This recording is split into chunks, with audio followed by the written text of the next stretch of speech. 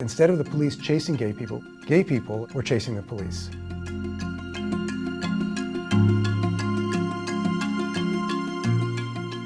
During this particular period in the late 60s, there was a lot of pressure on gay people. Do you want your son enticed into the world of homosexuals?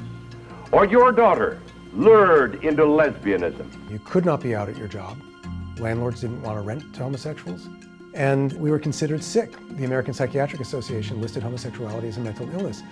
And there was a lot of pressure on the gay bars. Lots of them were raided and shut down by the police.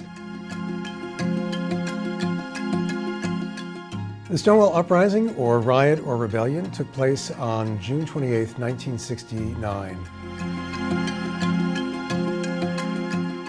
It was an illegal club because it was illegal to serve gay people alcohol. The bar was raided just a few days before. It was a raid led by Inspector Seymour Pine, but the owner of the bar, or one of the managers, said to Inspector Seymour Pine, well, we'll be back in business tomorrow. So another raid was planned, and that one didn't go quite the same way. So the police went in at 1:20 a.m., expecting to happen what always happened. They would take all the alcohol, the cash register, and send the people who they arrested to jail. But that night, a crowd gathered outside. The police had come for their payoff. And so they were throwing coins at them, and then someone threw a rock and broke a window. And so it escalated. They confronted what was called the Tactical Police Force, the TPF. These were fully armored police, masks, shields, batons. And I think of those brave kids out there that night, and I so admire them and honor them for what they did and their courage. And instead of the police chasing gay people were chasing the police.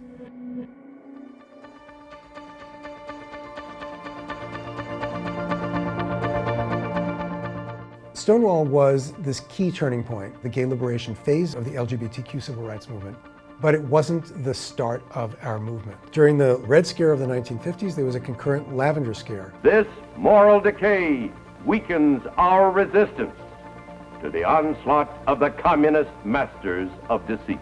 I was surprised by the courage of the early activists and how much they actually did. The homophile movement, there were 50 to 60 organizations. There were maybe several hundred people involved directly in the movement then. There were 1,500 LGBTQ organizations by the end of that first year after Stonewall. By the end of the second year, there were 2,500.